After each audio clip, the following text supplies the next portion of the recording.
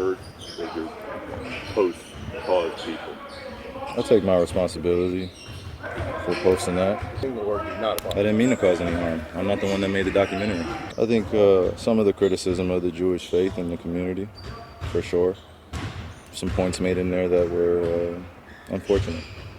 Again, I'll repeat it, for posting something on my Instagram or Twitter that may have had some unfortunate falsehoods in it. It's not that I don't believe in the Holocaust. I never said that. Never, ever have said it. It's not come out of my mouth. I never tweeted it. I never liked anything like it. So just please keep that same energy when you guys are addressing me. Kyrie, for the record, do you have any anti-Semitic beliefs? Again, I'm going to repeat. I don't know how the label becomes justified because you guys ask me the same questions over and over again. But this is not going to turn into a spin around cycle of questions upon questions. I told you guys how I felt.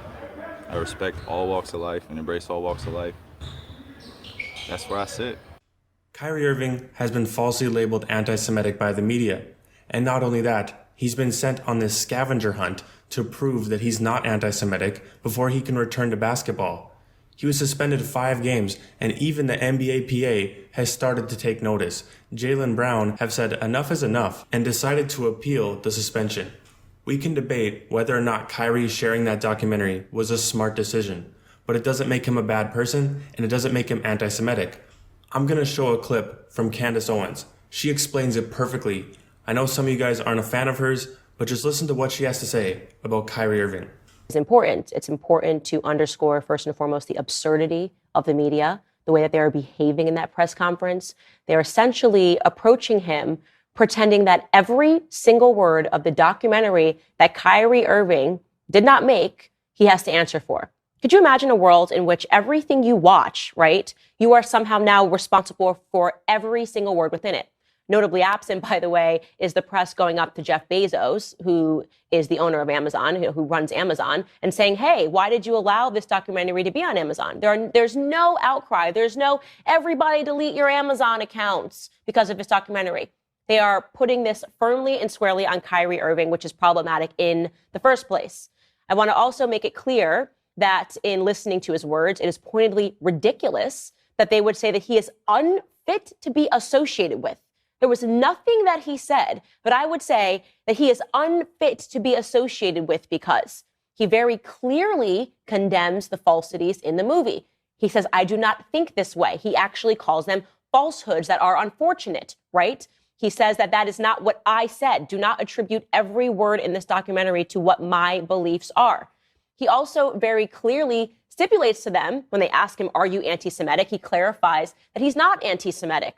Now, why is Kyrie Irving saying that? Why is he saying, I can't be anti-Semitic? That he hails from maybe Africa or from Asia, which is what the documentary explores. I'm going to give you my feedback because obviously I watched the documentary after listening to this, right? His feedback is, do not make the word Semitic just about Jewish people in America. It includes a lot of other people, okay? Now, you might disagree with that. You might disagree with the Oxford Dictionary definition, but you can't be mad at him for stating the actual Oxford Dictionary definition.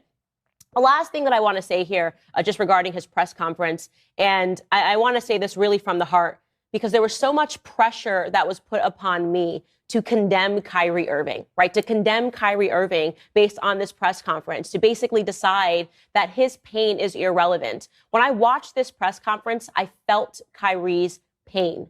I felt his pain, and I will say this emotionally and not rationally, as a Black person. People don't often think about how bizarre it is that we don't know where we come from, right? We don't know. If you ask the majority of white people, they'll say, oh, my family's from Scotland. My husband's family can go back so many generations and talk about where they're from in England. And when you talk to most people, they have this sort of cultural understanding of their history. We don't.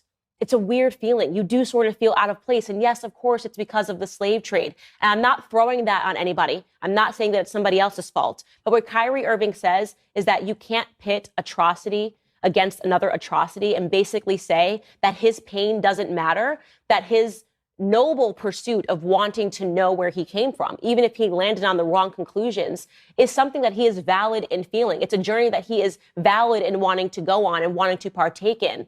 So no, I'm not going to turn my back on Kyrie Irving and pretend that he's an awful human being based on this press conference. It's wrong.